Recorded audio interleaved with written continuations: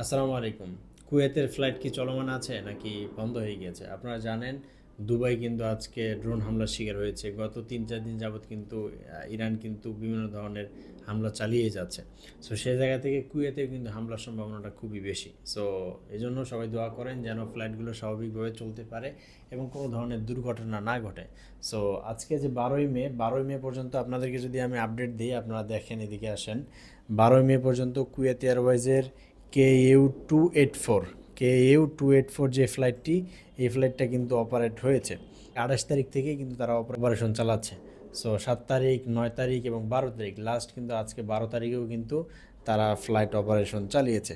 So সেই জায়গা থেকে বলা চলে তারা যে ২৮ তারিখ থেকে তারা যে বলেছিল যে সপ্তাহে তারা ৪টা ফ্লাইট অপারেট করবে, মোটামুটি আলহামদুলিল্লাহ তারা সপ্তাহে কিন্তু ৪টা ফ্লাইটই অপারেট করছে।